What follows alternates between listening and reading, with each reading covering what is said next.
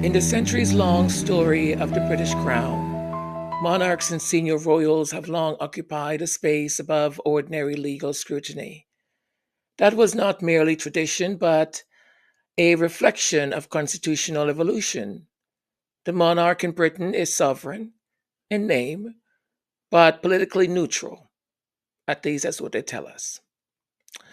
Monarchs act on the advice of ministers, and senior royals are expected to serve ceremonial and charitable roles rather than exercise public power. That backdrop is essential in understanding why the arrest of, they want us to say, the formerly Prince Andrew, but he's Prince Andrew, Mountbatten, Windsor, Duke of York, why it matters.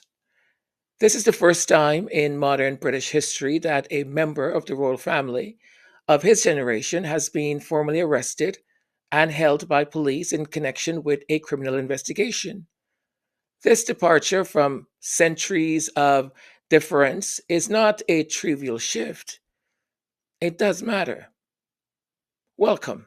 This is Majesty Sussex Report, and I'm Antonio. Thank you for spending some of your very valuable time here with us. Stick around. And every headline carved another scar, while the real danger slept behind guarded bars.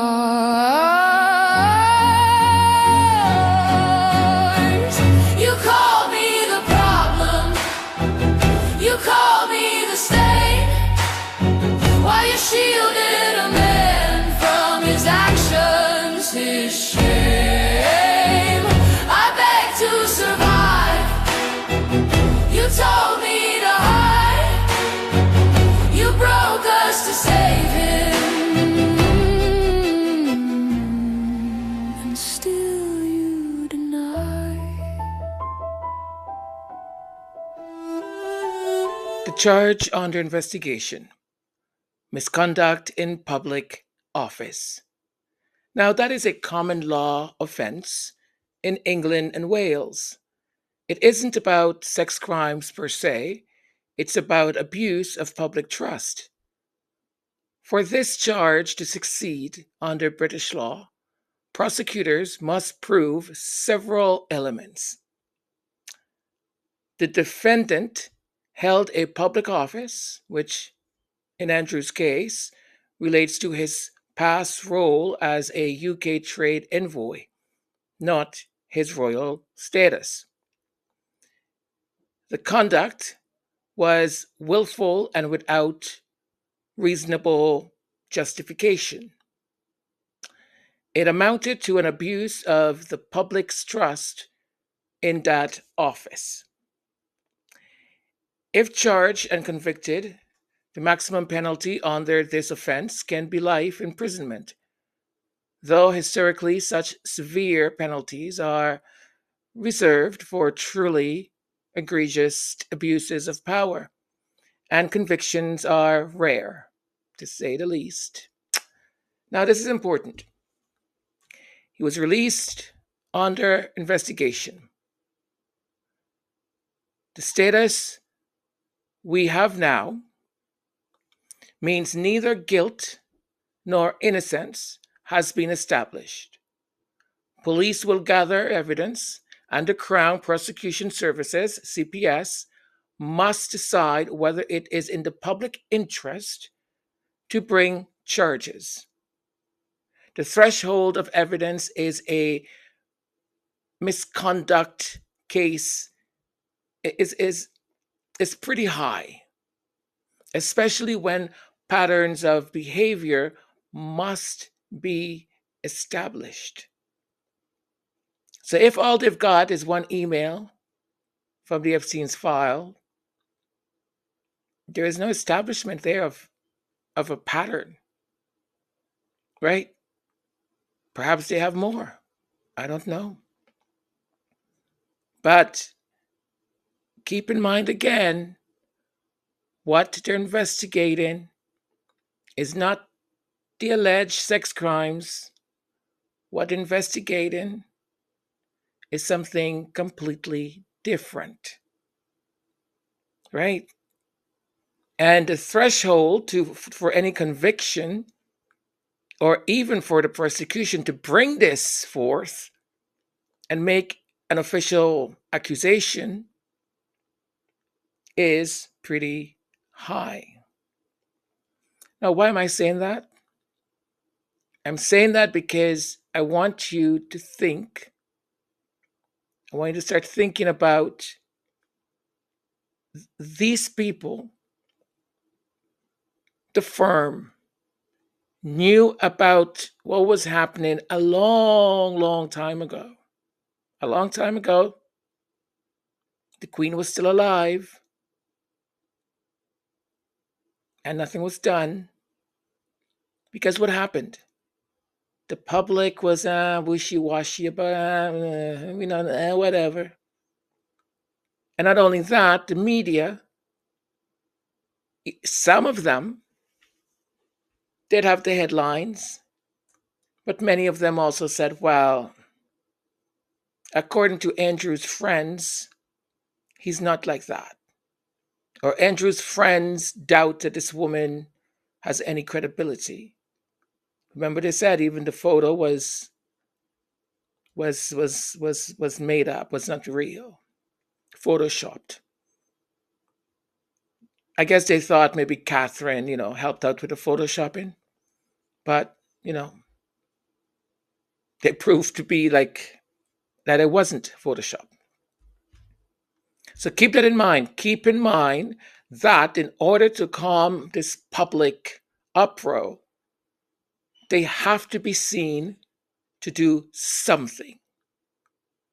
And the firm has decided that something is what we witnessed earlier today. Just keep that in mind, okay? This moment did not emerge in isolation.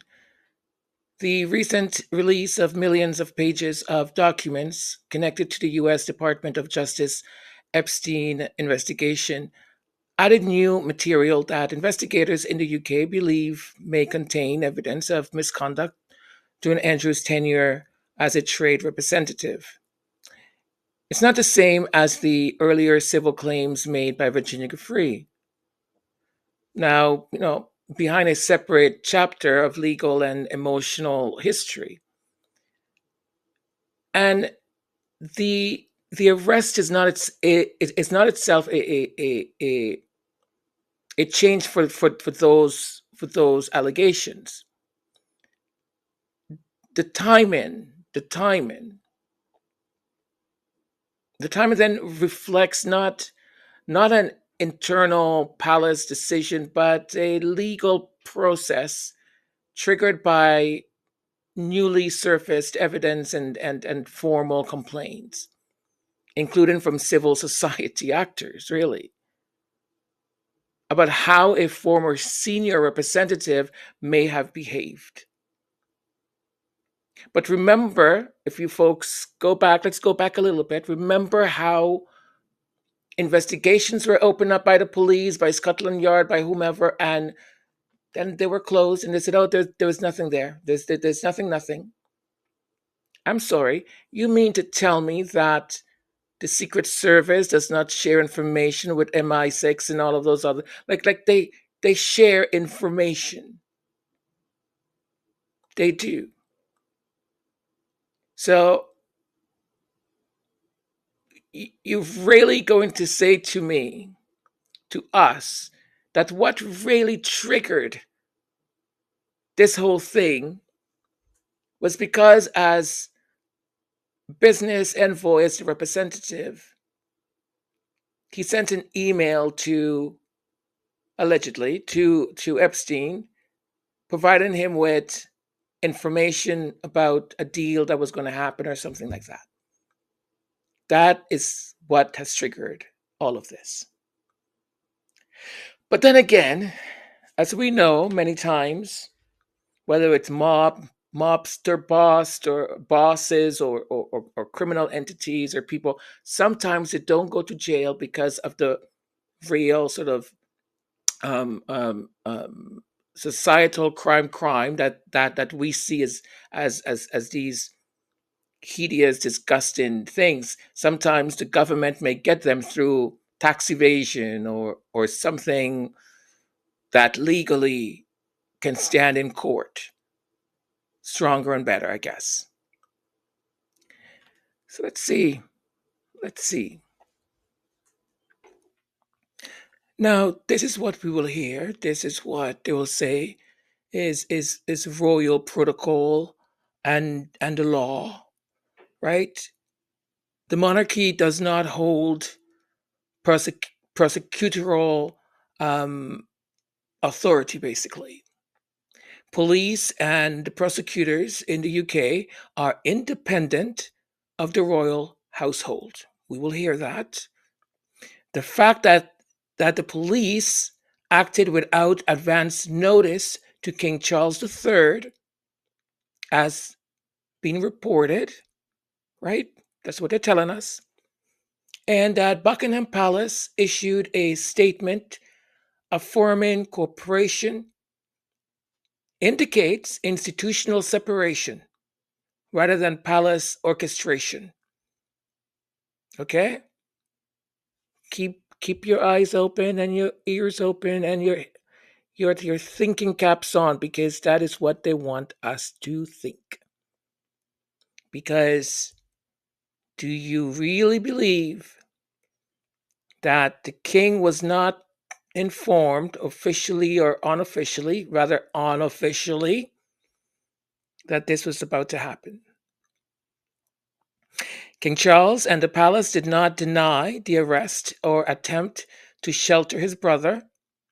Instead, the publicity surrounding all of this, they released a statement affirming support for the investigation and the principle that the law must take its course.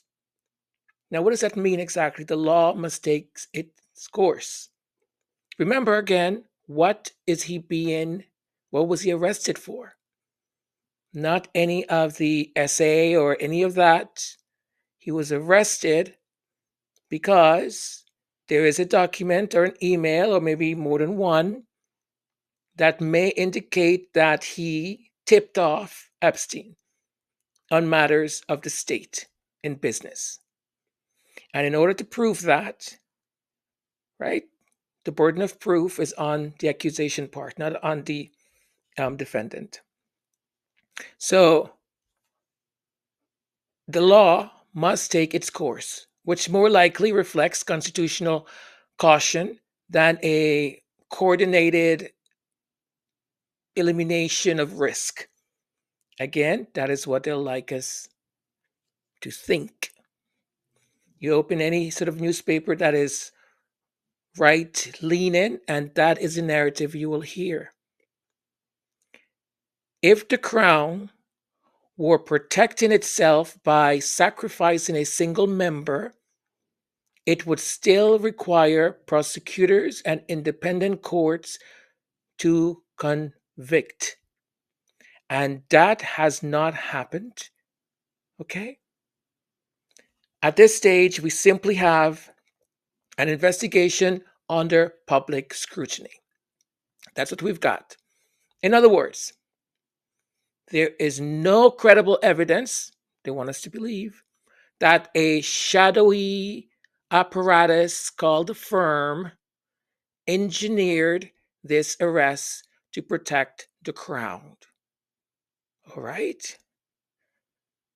The law, not palace politics, appears to be driving the current momentum. That is the official stamp of approval of what we will hear a lot. Keep your minds open, folks. They said I was difficult, said I complained, while silence was demanded and suffering named grace. I asked for protection, they handed me blame, said tradition was sacred, but truth was the game. And he stayed in the locks and the guards while we fled for our lives. Branded traitors not harmed. Tell me why the crown bends only one way. Now let's face it, though. This is a moment of constitutional gravity because it signals a shift in how accountability applies to figures once regarded as quasi sacrosanct. Right? The arrest of Prince Andrew, Mountbatten, Windsor, stands on several interconnected fault lines. So a sort of legal realignment. The public office conduct is subject to police investigation, regardless of former status or status. That is how it should. That's what is that's what's there. It's written. That's how it should work. Even though we know that, right, not too many years ago, they said there was nothing here to see. Institutional credibility. The monarchy now must manage public trust amid ongoing legal scrutiny linked to long running scandals. The public perception, social reactions outside of Buckingham Palace, including from supporters of accountability and survivors of abuse, suggest a fracturing of the aura of privilege historically attached to senior royals. But this is not a collapse of the institution by any means. The British monarchy has weathered crises before, and by all means, its survival depends more on constitutional resilience and public legitimacy than on the fate of a single individual. King Charles, aka KC3, as I like to call him, girl, shut up. And I know that he's planning to do just that, essentially. And so this has been well planned, well executed, if you ask me. He's put out a statement and he says, I have learned with the deepest concern the news about Andrew Mountbatten Windsor and suspicion of misconduct in public office. That's your brother. You can strip him of all the titles you want. That's still your bro. That is still your brother.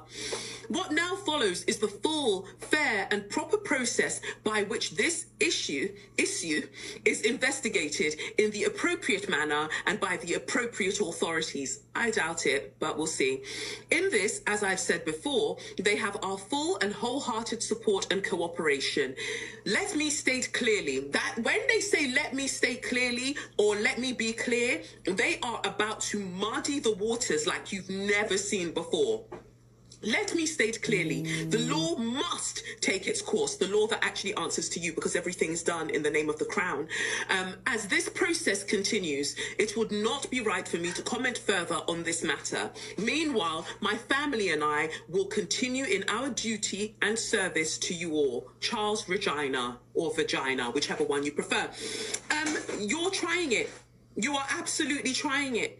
Because that line stands out straight away. Meanwhile, my family and I will continue in our duty and service to you all. You've never been in duty or service to us. You just keep stealing like a parasite.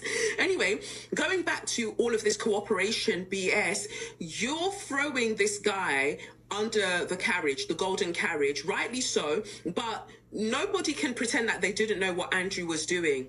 So you gave him £1.5 million to pay off Virginia Giuffre. One of your aides was taking money in exchange for giving people honours. You were friends with Jimmy Savile.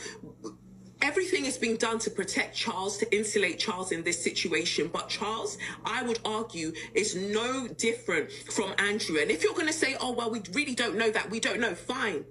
But why has he been protecting him for so long? And even this move, when they moved him from his his 30-bedroom mansion and moved him into this 5-bedroom situation. Now it's feeling like, yeah, well, if we move you out of there ahead of time, that's essentially potentially a crime scene. So now they can't go there. They can only focus on your new abode, which hopefully for them, you wouldn't have taken anything too incriminating when they're searching it. I don't know. I just feel like they're trying it, but we're still going to get them, because I still maintain that by 2039, we would have abolished the British monarchy. Indeed, and we will show you some of the pictures from outside of Andrew's Sandringham estate at Wood Farm in Norfolk. You can see these images here, what appear to be plainclothes officers outside of the home of the former prince. UK police arresting the king's brother, Andrew Mountbatten Windsor, on suspicion of misconduct in public office around 8 o'clock local time this morning. They're not naming in a statement the arrested man, the force pointing to this, instead saying, we have today arrested a man in his 60s from Norfolk on suspicion of misconduct in public office and are carrying out searches at addresses in Berkshire and Norfolk. The man remains in police custody at this time. So we're still waiting to find out a number of things, where he is being held, whether he has been interviewed by police yet, how long is he going to be held by police for. Police saying, you know, they understand that there is a lot of public interest in this. We now have an official reaction from King Charles about the arrest of his younger brother. King Charles saying, I have learned with the deepest concerns news about Andrew Mountbatten Windsor and suspicion of misconduct in office. The king going on to say what now follows is the full, fair and proper process by which this issue is investigated in the appropriate manner, continuing that authorities will have our full and wholehearted support and cooperation. We need to underscore what this is about, because there is the photo that many people have recently seen of Prince Andrew over top of a young woman released in the document dump of Epstein files, which surrounds the many sexual misconduct allegations that the former prince has faced.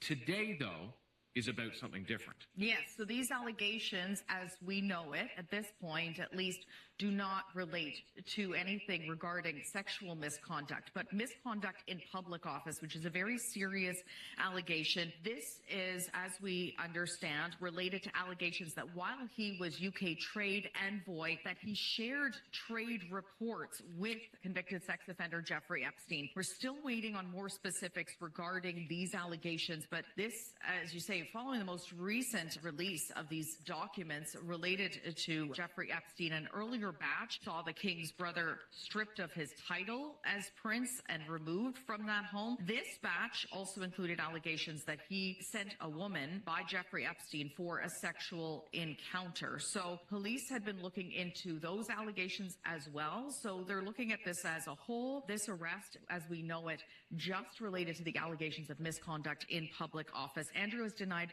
any wrongdoing in relation to all of this. Here's something that we've heard circulate quite often, and that is one of the reasons why the money was paid, one of the reasons why the king has been in many ways protecting his brother to spare, is that Prince Andrew knows where the bodies are buried, right? He knows the secrets and so on. He's been to spare for all these years. And not to say that this privileged, pompous man has not gotten away with a lot. So here's the thing, and this is just me just putting my own little puzzles together and my own connecting my own little links here and what I'm reading, what I'm seeing, what I'm hearing. It means absolutely zero, nothing. It means absolutely nothing. It's just my fantasy brain, trying to connect dots where I see them. Now think about this. They needed to do something. The royal family needed to do something. The public was demanding it, and it wasn't going away. This wasn't one of those things where we can just sit back and wait and it will fly away. As more of these documents are being dumped and redacted and so on, the more and more the public is saying, what the heck? What the heck? And especially coming from younger people. Because as I've watched today through some of the call-in shows, some of the older people are still sort of like, well, this thing happened so long ago. How much more do we want to put our royal family through? They've suffered enough. I've heard also, no, we need to support the king. Let the law be. But we need to support the king and William. Yes, but what did William and the king knew? What did they know? That's important. But here's an observation. In the last couple of weeks, what I've observed is that Prince Andrew, they have sort of put him in the rearview mirror for a little bit. And what the three people they've brought forward is Sarah Ferguson, and the two daughters, Eugenie and Beatrice. My question when that started to happen was why? Now, I fully understand Fergie because those emails that she kept, that the communications that she had with Epstein are like this sort of person who's frankly in love with this man, knowing what he does, but she's in love with him. Oh, you should just marry me. I mean, come on. And saying the things she said about her daughter, right? She's on a shag holidays. I mean, come on, come on. So in many ways, I understand that. But then when they started to target Eugenie and Beatrice, my question was, there's something deeper that is happening here. Because as much, I mean, one could have parents who do awful things, and as the child, many times you'll have no clue that this is happening, clueless. So if accusations come up about your father or your mother or your parents, of course you will defend them. You're like, what are you talking about? My parents are not like that. My parents would never do that. So the fact that some people started, especially in the media and the tabloid media, they started to attack Eugenie and Beatrice, made me think something else is in play here. And that's something else. Because also, some of these royal commentators were washing their hands very quickly.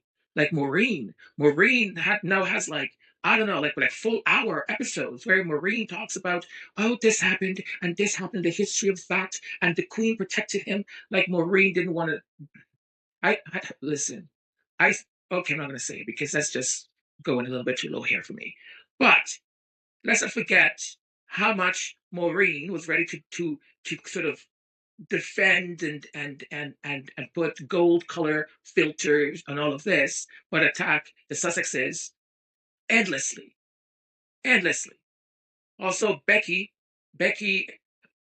I mean, you folks know. I don't need to like regurgitate all of this.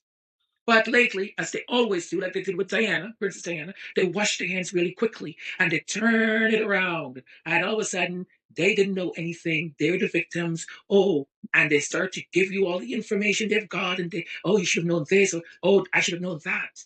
They start just giving you all that information because they don't want the spotlight on them. And if you remember, there was a time where Maureen said, and if you folks don't know who Maureen is, come on, come on. If you're new around here, you know, Ricardo, Richard.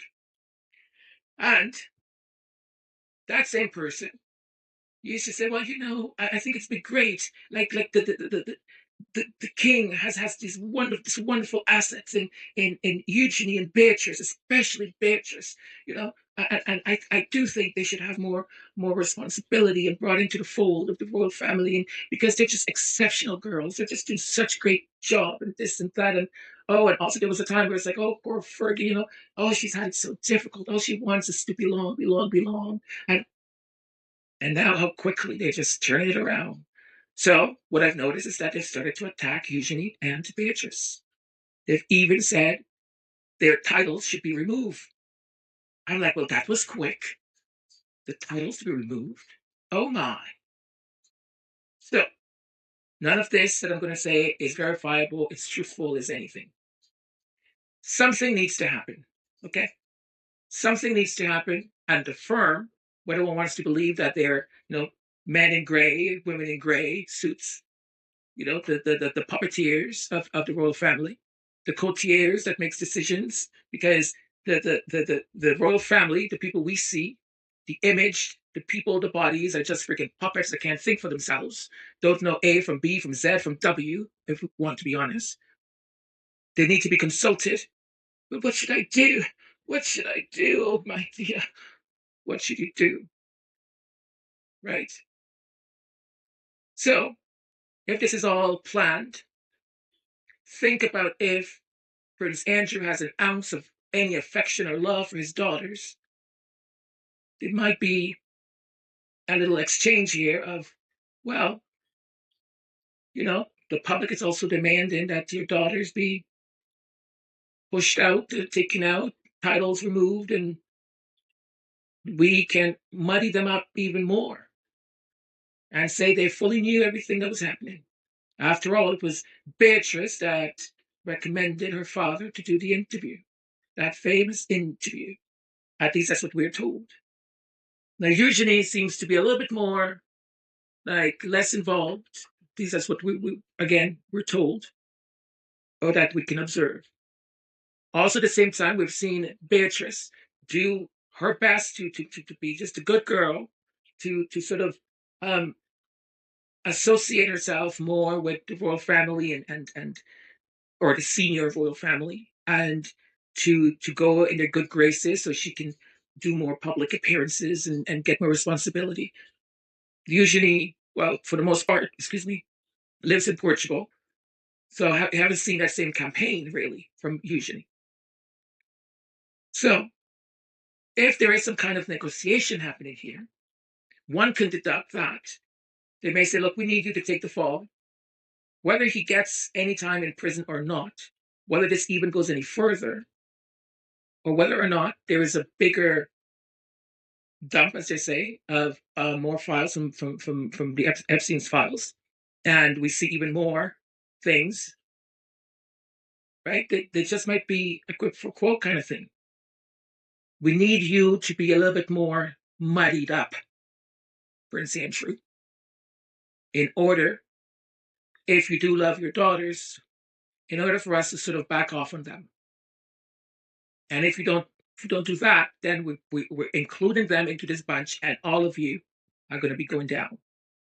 And you will all be persona non grata in every single social societal kind of thing. Now, I'm not saying that's what's happening. I'm just saying that there are possibilities.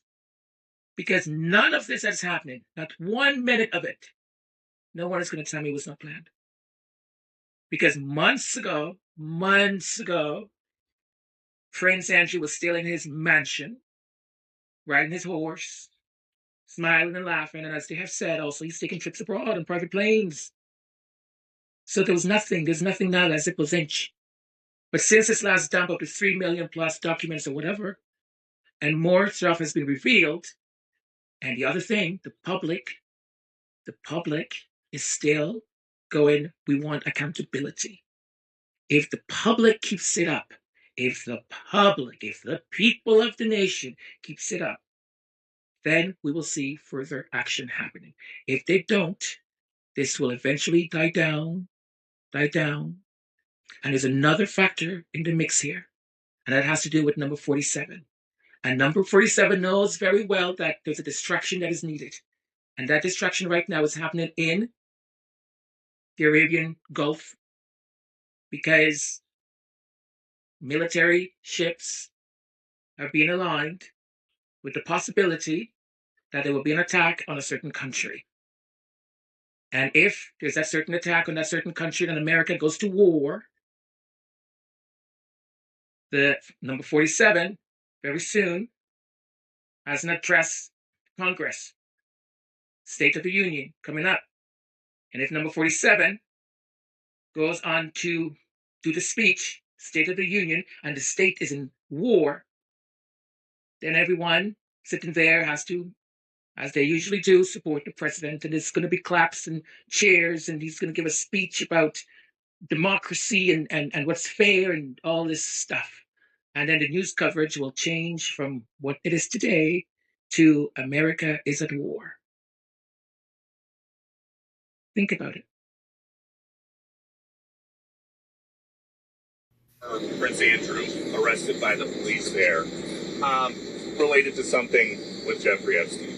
Do you think people in this country at some point, associates of Jeffrey Epstein, will wind up in handcuffs too?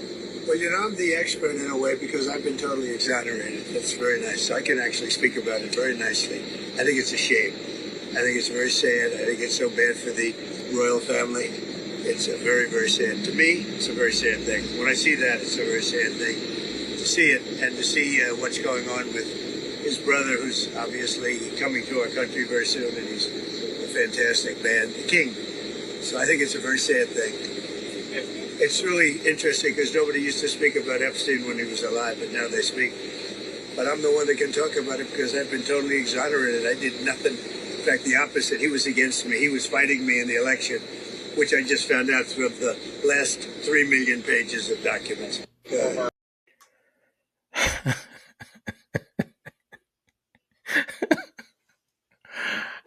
Look, I know. Oh, baby Jesus. Look, I know this is not funny. Like, there's nothing funny about this. And some of you may not like what I'm going to say next. I'm not sure. I don't know. But you must give this to this man. You must give it to this man. Doesn't matter what it is. Doesn't matter what it is. He will never, ever incriminate himself, number one. Number two, it doesn't matter the amount of evidence that may be piled up to say the contrary to what he's trying to convey. He will never, ever admit to any wrongdoing. Everything is against him. It's a witch hunt. It's he's been proven to be innocent. He would never touch her. Look at her. Why would I want to touch her? I never did those things. I never said that I would grab them by the you know what, and they would let me. Oh, that was just boy talk. That was just locker room talk. Back then, that's how you spoke. He's completely exonerated, he said. Is he? Is he, though? But I'll tell you what. I listen to these podcasts, and over and over and over, these men call in. Most of them are men. There are women also that call in. And they will repeat verbatim everything that he says. Verbatim. And it doesn't matter what evidence is presented to them, they will find an excuse to excuse him. They will find an excuse to say, well, it's not true. No, this is all like a setup. Oh, this is the Democrats. Oh, this is that. You must give it to the man. You must give it to the man. But I'll tell you what's even more. It's the people that report on him. It's the news broadcasters. It's the editors sitting in those news broadcasters, on those newspapers, on those magazines, on those platforms that just take whatever he says. And no one contradicts it. No one comes on after he just said those things and say, that is bull crap. That is absolute bull crap. And mind you, not once did he say anything about the accusations. He just said, too bad, it's unfortunate. Well, oh well. And the issue also that the king is going to the US on a state visit, he should cancel that immediately. He should cancel it immediately. He has the most extraordinary excuse now to say, sorry, I'm going to cancel this. This is not the right time. He should cancel it. Because we all know, the public knows, everyone knows what that man is allegedly involved in, what he's done. And you mean to tell me we don't have enough pictures, video of the king with this man? That we need more? And if anyone says to me this is for trade purposes, it's for us to get a better deal. Better deal? Are you freaking kidding me? That man turns around, and if he wakes up on the left side of the bed, because the right side has whatever on it, stains and whatever else, then he goes, yeah, I'm going to impose a 50% tariff on the UK for this. Oh, no, I'm going to do this. Yeah. And then you have these stupid broadcasters, whether it's on GB News or wherever. Well, if Stammer had done this, then Trump would not be so angry at the United Kingdom. And if Stammer had do we honestly need more pictures and videos with King Charles and that man? Does the UK foreign press, foreign media, foreign affairs, the secretary, do they honestly think that there's going to be better deals for the UK? And if that is the case, what does it say about the government? What does it say? This man has already received 2 state visits. 2 state visits with the late Queen Elizabeth and King Charles. And now King Charles is going to the US. Come on, people. Think with your brain and not with other parts of your freaking... Oh. For all you liberals try to tie Trump to Prince Andrew, now that Prince Andrew got arrested, he's never met Prince Andrew. Trump doesn't even know who that is. They've never shaken hands. Melania hasn't met him. Okay, that'd be ridiculous. They haven't gone to like official things together or even like unofficial parties. He doesn't know him. So stop trying to sit there and you're like, oh, Trump's hiding something. What would Trump be hiding? Trump's done nothing wrong, okay? He just doesn't know who Prince Andrew even is. So cut the shit, y'all. Stupid liberal. The royal family has always misbehaved, but they've done so behind layers of privacy that has now been obliterated, does not exist anymore. The deference has gone, the religious idea of monarchy has gone. They're facing a terminal crisis. The crisis, if you like, is way out of their control.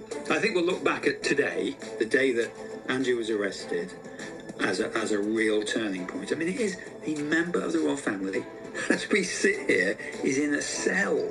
The same police force that has arrested him is looking into much more serious allegations, arguably, about the trafficking of women. Are we approaching a point where this is not recoverable? Say something about Britain arguably moving towards a different place, different relationship with the royals, certainly, but different idea of ourselves. Do we know whether in history, I mean, I'm talking about the last couple of hundred years, I suppose, whether the royals were, in fact, protected by authority? Absolutely. William IV was in a brawl, got let out as soon as they found out who he was. There's just simply no... yes, they were protected, yes. Yes. They still are. To a degree, I mean, obviously, I don't put it at the top of my CV anymore, but I was editor of The Sun for 5 years. And there were a number of times during my editing years when we didn't run stories about senior members of the royal family, and that still happens now. And I'm not going to say what they are, obviously, but the royal family are still protected by the British press. There is still a relation, not all the time, but there are rules, unwritten rules. I completely agree with what you've just said about Dan, about the UK. It contrasts so much with the US at the moment. We've Peter Mandelson is being investigated. Andrew is being investigated. There are consequences in this country to doing things that are wrong. I know these are alleged crimes, and we don't know yet, but there are consequences. No matter who you are, the police come knocking. That does not happen in the US at the moment, and even if it does, the president will just wipe the slate clean later. And I think the contrast between what's happening in America and Britain, it makes me feel quite proud to be British. And I'm not someone that rolls myself on a flag regularly, but I am quite, I completely agree. There are some positives here too. People will be intrigued by the idea that stories weren't run. Can you just, without saying what they were, why weren't they run? Who would decide to bury them, and why? Well, when I was editing The Sun was selling 3.8 million copies. It was much, much bigger than it is now. And you would have to take as an editor, you would have to, in conjunction with your proprietor and so on, work out whether running certain news stories would sell more copies or lose you copies. And I don't want to go into mistakes I made, but I did make mistakes, and I apologise for them at the time, and lost a lot of sales sometimes. And those were relatively small beer. So it was about the readers not liking this stuff rather than a sort of an establishment cover-up. Yeah, the question is, I mean, this is really before social media. The question was, do the readers want to read this? Do they want to read this, or would they rather not read this? And that still happens now, bizarrely. So there are many rumors and things about members of the royal family you can see on social media or in the US, and I'm in the US a lot, and I read things there that I don't read in the UK. And most people in this country may I'm not saying these rumors are true. I'm just saying the idea that the British press just print anything about the royal family is not true. Wasn't true then, and it's not true now. But then let's go to William and Kate, because their statements have been much lower. There is a lot more to that interview, but I tried to condense just to this particular part because it's fascinating what the former editor David of the Sun admits to.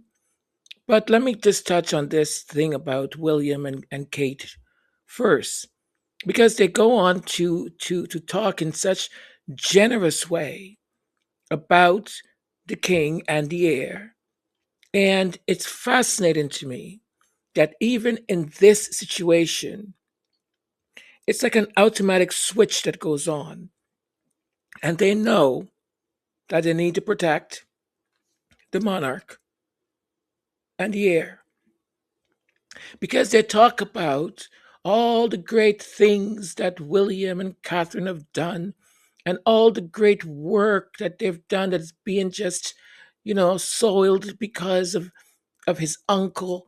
And I'm sure, can you just imagine all the charity work, all the great things you're doing, and it's being overshadowed by this horrific, bad uncle that you've got, the only bad seed in all of the royal family. Because that was the narrative. And I'm listening to these two people, this historian and this editor, go on to basically roll out the red carpet for William. Not a criticism, not one, nothing at all.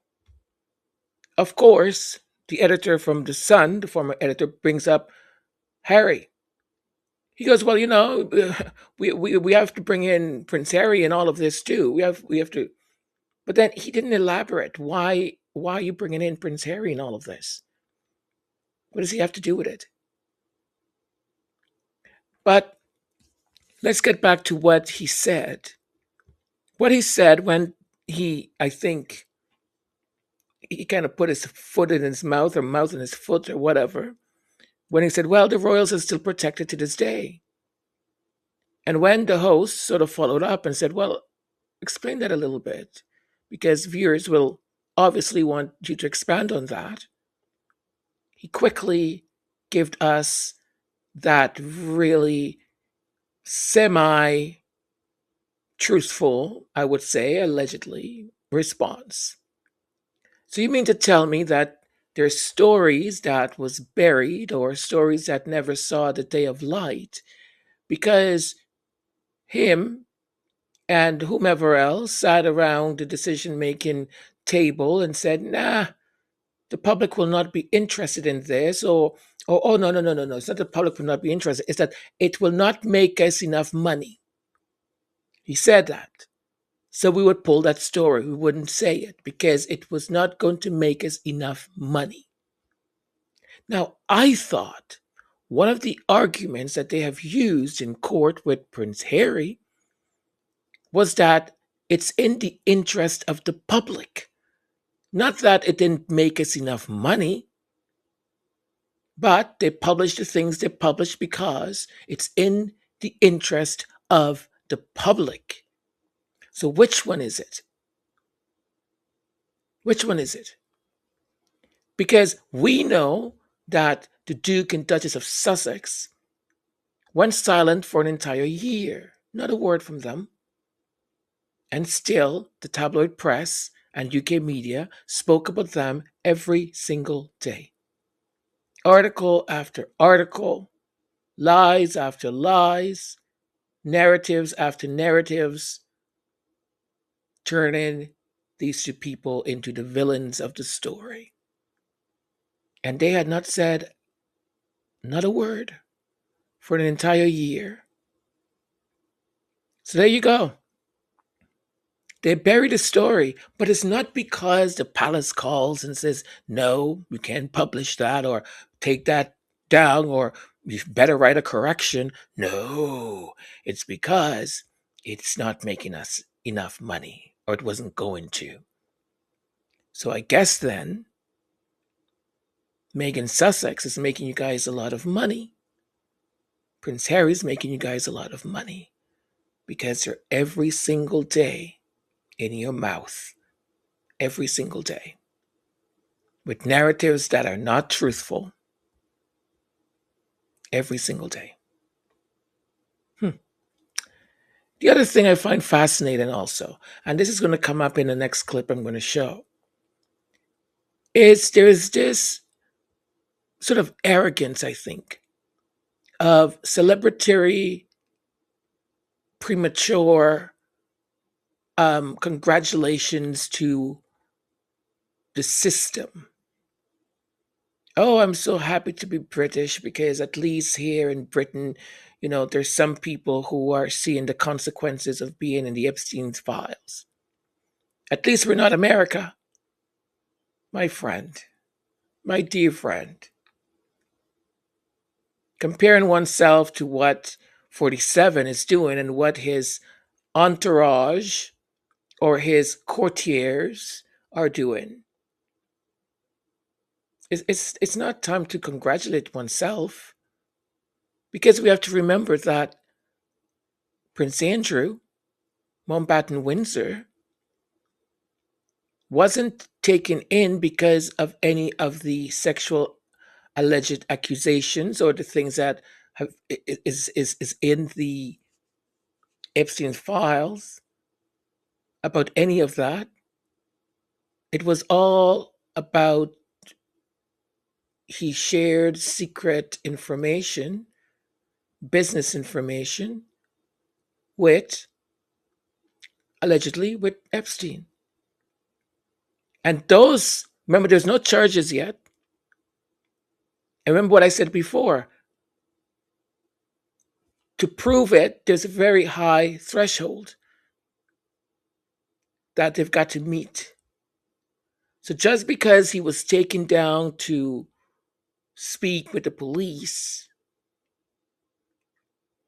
it doesn't mean, it is a little bit of a victory, but it's like a baby step. So this sort of bombastic, oh, our system is so better, at least there's checks and accountability and all of that. Listen, this stuff has been in the public sphere for years, and nothing was done. Nothing was done. I took a deposition from Virginia Roberts, as was. She named 40 men, in those articles. It's all been written down. It's all there. If there was a curiosity, an appetite to actually go and pursue potential criminality, investigate criminality, they could. Well, take it back to the personal briefly, if I may. Why do you think you are so gobsmacked by it? Is it because we are not deferential people? Well, ideally journalists. No journalists are deferential people. But we are British. We did grow up in this country where the royal family is the very pinnacle of the population pyramid, whether you like it or not. It is something that history books. It just hasn't happened before, James. Exactly. You go back to Charles I. You go back to a sort of essentially a new era with Charles I, the end of the monarchy, and Oliver Cromwell to find anything sort of remotely similar. Now, I think one of the reasons I'm gobsmacked is because there is something very personal in this as well. And we talk a lot about people's sort of state of mind and health and all the rest of it. And I suppose I do feel,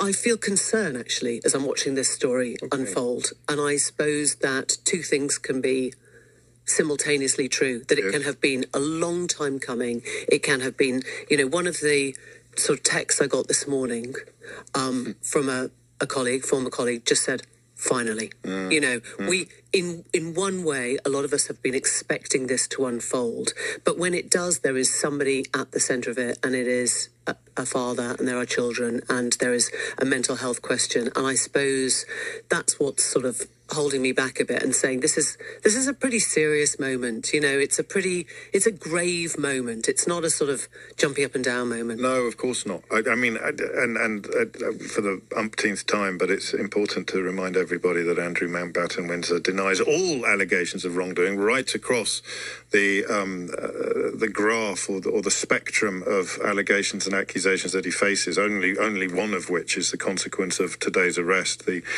suggestion or the allegation of misconduct in public office.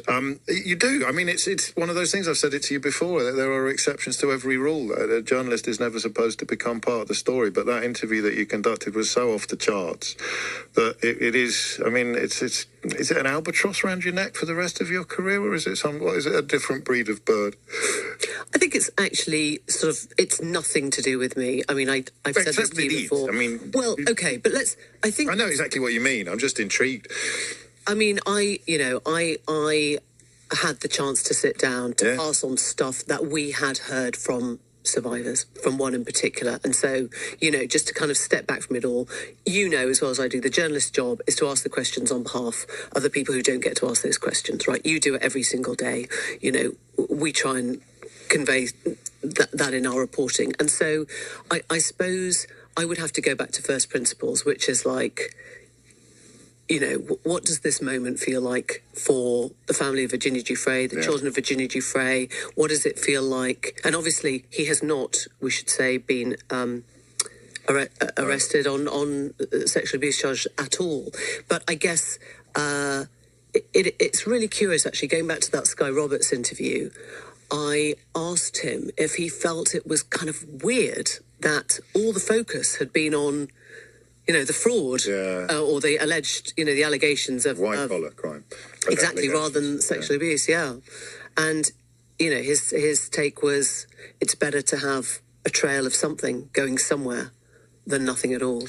Final question, drawing on your personal encounter with Andrew Mountbatten Windsor, the indignity, I mean, the sheer shock and horror of being arrested notwithstanding, a man renowned for his pomposity and arrogance, the indignity of being treated like a common or garden suspect, drinking a cup of tea probably out of a polystyrene cup, having his shoelaces removed by the custody officer, that will hit him quite hard, I think. It's his birthday. It's also his birthday, you remind us. You do wonder, don't you? You wonder if there is, do they still call him, what do they call him? Do they call him Great Sir? question. Do they call him Your Royal I mean, they don't call him Your Royal Highness anymore. Do they call him Andrew? Do they... Mr. Mountbatten Windsor. I don't know. Well, Stephen, the former Deputy Assistant Chief Constable, just called him in the course of our interview 20 minutes ago, just called him Mr. Mountbatten Windsor as if he was talking about any other suspect. And we shouldn't really be surprised by that, but we always will be. Yeah. The thing that really struck me was a couple of weeks ago when Keir Starmer did that press conference, and he called former Lord Mandelson, not even Peter Mandelson, he called him Mandelson, which, in journalistic terms, you don't say Mandelson unless somebody has been convicted, right? I mean, that's the sort of the pattern. And I thought it was really striking that was the term that Starmer used, Keir Starmer, Sir Keir, whatever, used to kind of distance himself at that particular moment from the man he just, promoted a year earlier. I haven't checked, but I will be very surprised if Emily and her colleagues on the newsagents don't return to some of this territory in today's... I thought we might do the Gorton and Denton by-election a week out. A full list of candidates is available at lbc.co.uk. Emily Bayliss, thank you very much indeed. I'm having one of the most bizarre recording experiences ever. I've already had to do some recordings twice because the sound comes out weird. My computer I'm using when it's I'm just going to shush because I don't know. You folks don't need to know the pains that is happening here right now. So I'm trying something different. I've actually hooked myself up to a different mic and a different sort of system um, through my phone instead. So hopefully this will work rather than using the Canva system. Anyways, I wanted to just quickly comment on that partial interview that I'm showing you folks that James O'Brien and Emily did. And some of the things that stood out for me is that, Emily sort of very empathetic concern about mental health towards Prince Andrew, and in some sense worried. I think also her recognizing that two things can be valid at the same time. To be happy that there seems to be the beginning of some kind of justice, but at the same time be sad because this man is two people's father. And I'm going to be honest with you folks. I'm a very empathetic person.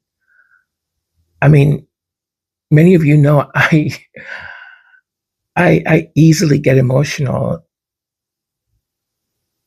I don't get emotional about this at all.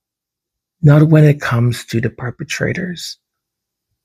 And yes, it's something that I have to remind myself, because when certain narratives, certain stories, and I'm listening to it or watching it, I can't help myself. It is just, I'm going, oh, that's really sad.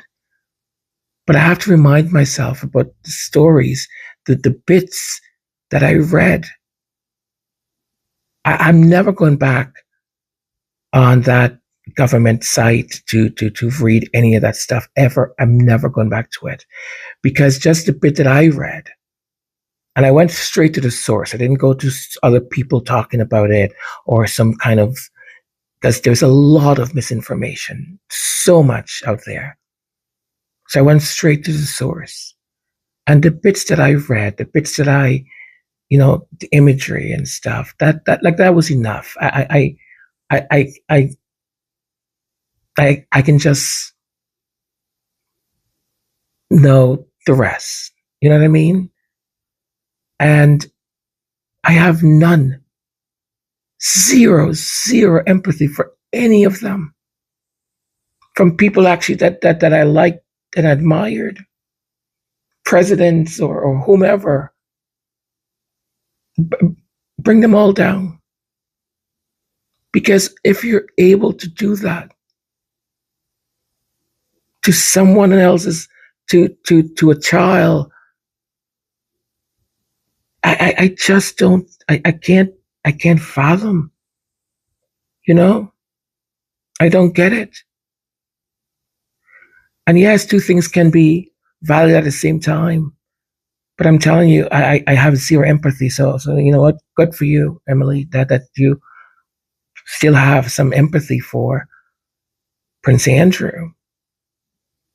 And I don't think this is a moment to celebrate or to, as they said, to jump up and celebrate or whatever. It's because at the end of the day, there is no charges against this man. There's no charges. And the thing that he was brought in for, as I've said throughout this entire podcast, it has a high threshold that it may not even end up in court at all. And the one question that keeps circulating in my head is why it is that we do not believe victims.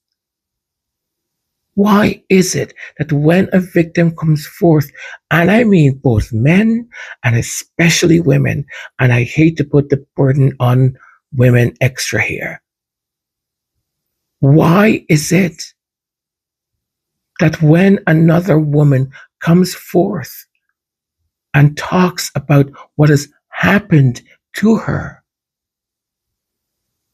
so many will side with the perpetrator. And I mean, I'm not saying just girls were abused in this situation, whatever. There were boys also. And in society, it's not men, boys are also abused. And many times when boys come forward, it's the same treatment. I don't get it at all with why is it? There's actually this sort of envy and hatred that you weren't picked. And when I read that, because I was reading an article the other day, and it said a way to explain it, why so many women, there's a certain envy that they were not picked. I'm like, what? That is some kind of sick rationale. But then I think back to the Rangers. I think back about how the Duchess of Sussex, Meghan, has been treated, especially by women, especially by white women. Most of them, it seems, that they would be like, it's their ideal fantasy to be in that world. And same as Kate, they would just shut up and take it. Because that's the fantasy. They would shut up and take it. So to have someone like Meghan, who already they believe does not deserve to be in that position, in that space, in that place, for her to say, hang on a second, no. My life is worth more. My dignity is worth more. I don't need any of this. I'm walking away from it. The mere idea of her doing that creates such hatred. And I'm coming back to this consistently as I've been putting this podcast episode together, is why it is that we don't believe victims. Why? Why do we put them through so much? So many women have stories about what has happened to them, and they stay silent about it. Because the justice system, society, just does not believe them. I thought it was very interesting when they said, well, what do they call him? Would they call him Sir? Would they call him Andrew? Would they call him Your Royal Highness? What would they call him? These labels that were created by polite society in order for the rest of us to know our place. That's a lord. Oh, that's a prince. Oh, Your Majesty, that's a duke.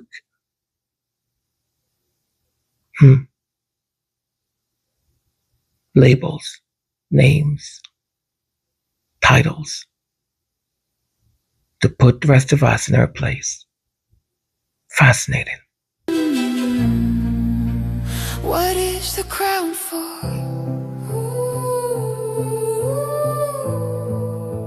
History's watching. The masks are thin. The ones you protected are written in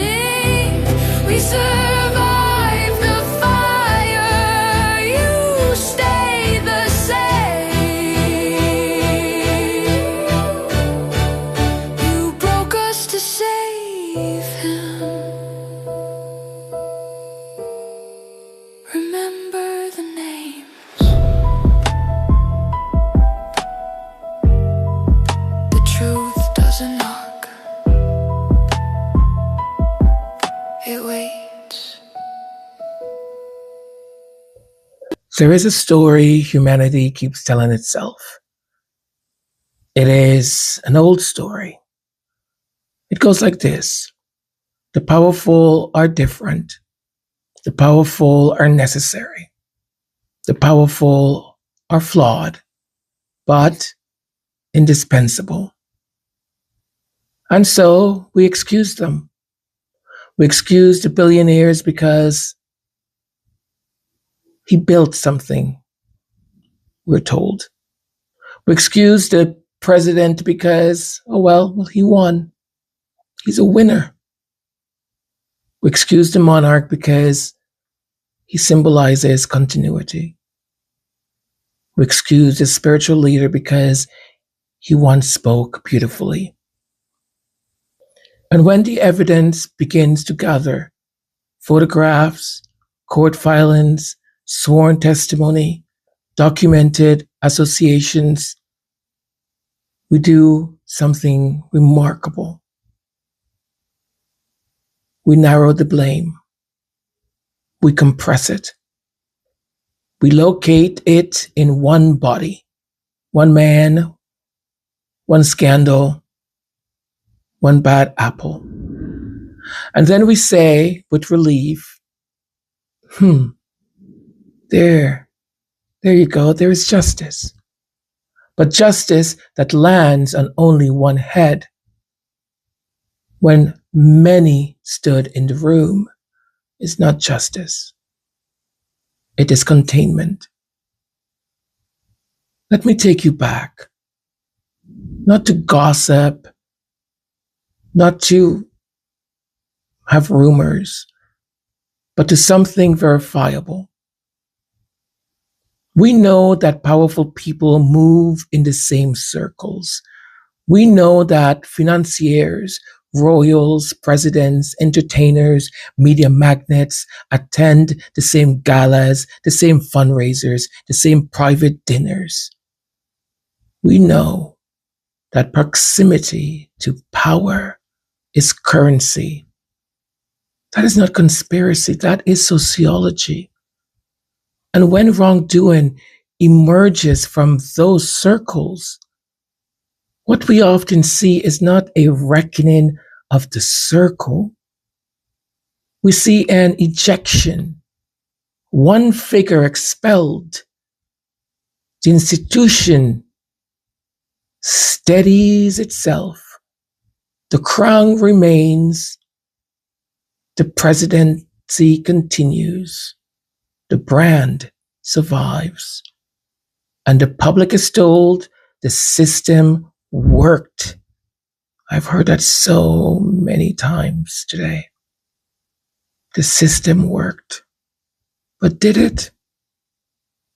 If a network existed and only one knob collapses, has the network truly been examined? This is where the discomfort lies. Royalty. Yeah. King Charles III had associations in the past with predators, really. And there's no denying it. It's there. Jimmy Savile. That association is documented. Letters were exchanged. Meetings occurred. At the time, Savile was a celebrity. After his death, the horror surfaced. That is not an allegation. That is historical record. The question people ask is not whether a letter proves complicity. It is this. How does proximity to repeated wrongdoing never triggers consequence at the highest level? How is it always just one man? Always one disgraced duke or a subordinate. Oh, was this just this one VP that did that? Never the ecosystem. And then we look across the Atlantic. The 47th President of the United States has faced civil findings, criminal indictments, an immense public controversy. Those facts are documented in court records. Yet, he remains politically viable, powerful, elevated. This is not partisan commentary. It is institutional readiness to accept that reality. Power is resilience. Power observes scandal. Power reconstitutes itself.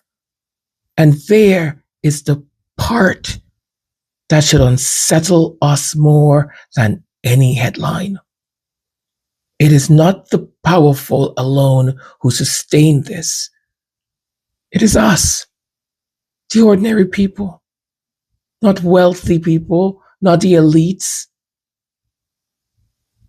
not invited to the private jet, yet fiercely loyal. Why? Because power offers identity, because power offers belonging, because defending a leader feels like defending oneself. And so we rationalize them. We say, he didn't know. We say it's exaggerated. We say they're targeting him. Sometimes that may even be true, but too often it becomes reflex. And reflex is how accountability dies. Let me tell you a simple story.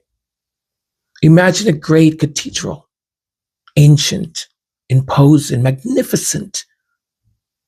Its stones are centuries old. Its rituals are precise. Its symbolism powerful. Now imagine that one priest inside that cathedral commits an atrocity. He is removed. The cathedral remains. The bells still ring.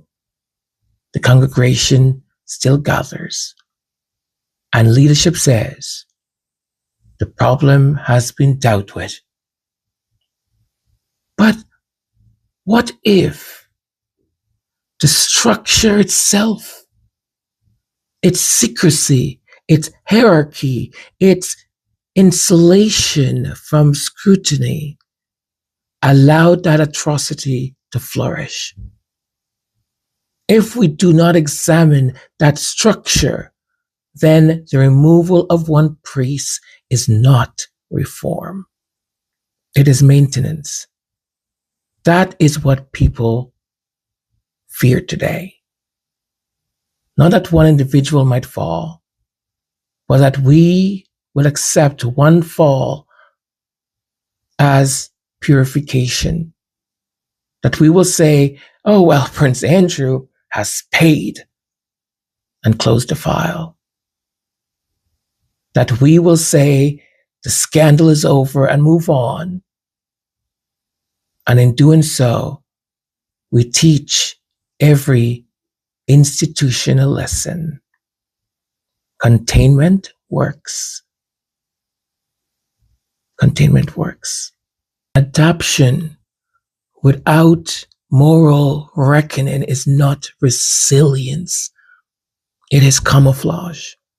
A democracy survives when law is applied consistently. A monarchy survives when it accepts scrutiny without privilege. A presidency survives when it does not demand exceptions and exemptions. Otherwise, survival becomes something darker. It becomes preservation at any cost.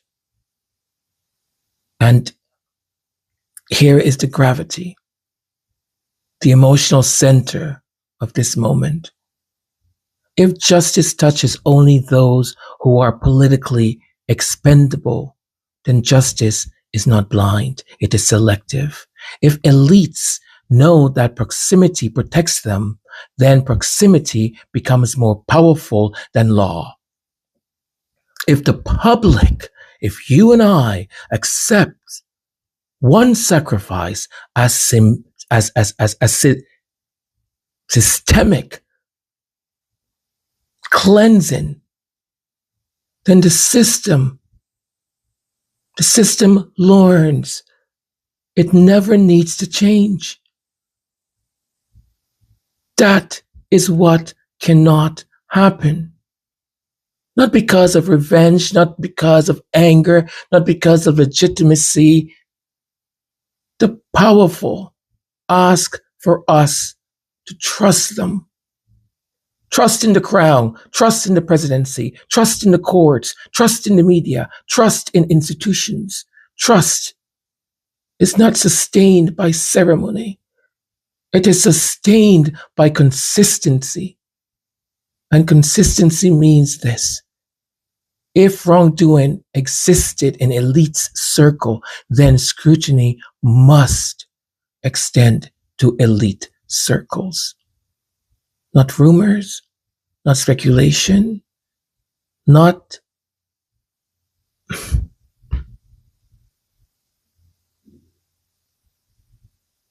we cannot fear when evidence is right there. We must be able and willing to break whatever traditions, whatever has been told to us. A fallen duke, a defiant president, a silent palace, a divided public.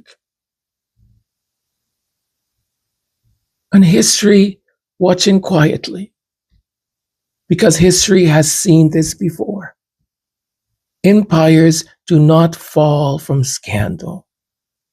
They fall from loss of faith. The question is not whether one man falls again.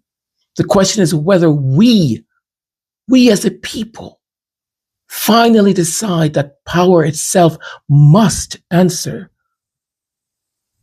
to the same standard as everyone else. If we are satisfied with one head on the block, with the machinery still humming, untouched, then we have not demanded justice. We have applauded the theater of it all.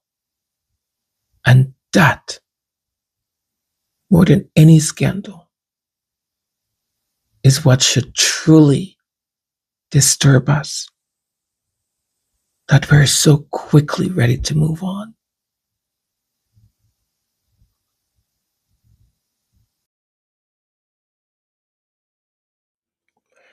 Well, I don't know what else to say, to be quite honest. It's been what? Over an hour, what is it? Like an hour and 20 minutes or something like that I've and still I deleted a couple of videos because of the issues I was having. I don't know. I feel weird, to be quite honest. Oh boy. So weird. It's so unfortunate our sense of what's right and what is wrong. And in my heart I feel like innocent people are gonna die because of the power we give to men.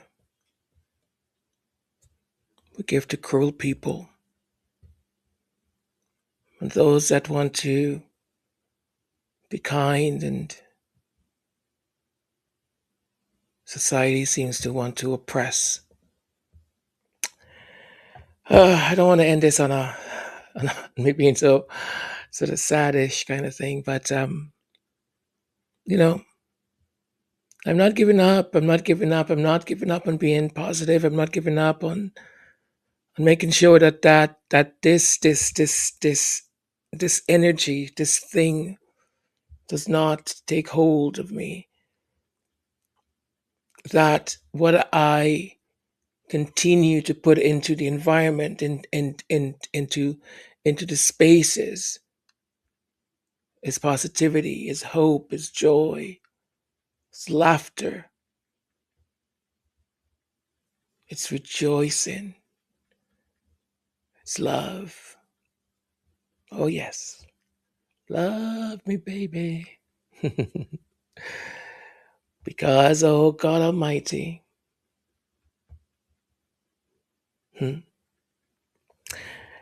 thank you all for being so patient, and for those of you that are new to the channel, thank you from the bottom of my heart. I know this was a long one, and for those of you that stuck around and stayed until the end, I cannot appreciate it more. This is a topic that, I don't know, there's a lot I wanted to say, and I thank you. I know some of it, actually just a few people might listen to this, because in the world we live in today, everyone just wants 5 minutes of something and move on. They get bored very quickly. They don't care about the details. They don't want to hear the I don't know. But at the end, I made promises to myself, and I'm just keeping those promises as much as I can. But I want to really thank you. Thank you for if you've made it this far. And if you're new to this channel, subscribe. Why not? Thank you so much. Do the thing that they want us to do. Comment, share, download, like. At this point, it is what it is. If 100 people watch this, or 2 or 50 or 10 or 20, it's okay. It's all right. I always go back to why I'm doing this, so it's all okay. Oh, to all of you, my greatest thank you for all your support as always. You are the best. You're truly the best. Be kind to yourself. Be kind to your loved ones, and to those that may cross your path. Try your best to be kind, because you never know. I love you all. God bless, and take care of you. Take care of yourself. Really, really do. If all of this has brought you down, I'm so sorry. But get up and dance a little bit. Shake it off, and just do something silly or something. And I'm going to shut my beak until we speak again, my lovelies, my beautiful. Mwah. There is a story we keep repeating. An old, comfortable story. That power is rare. Power is necessary. Power is flawed, but essential. So we forgive it. We pardon the empire for what it built. We crown the winner and ignore the guilt. We praise the speech that once moved hearts, and look away when the darkness starts.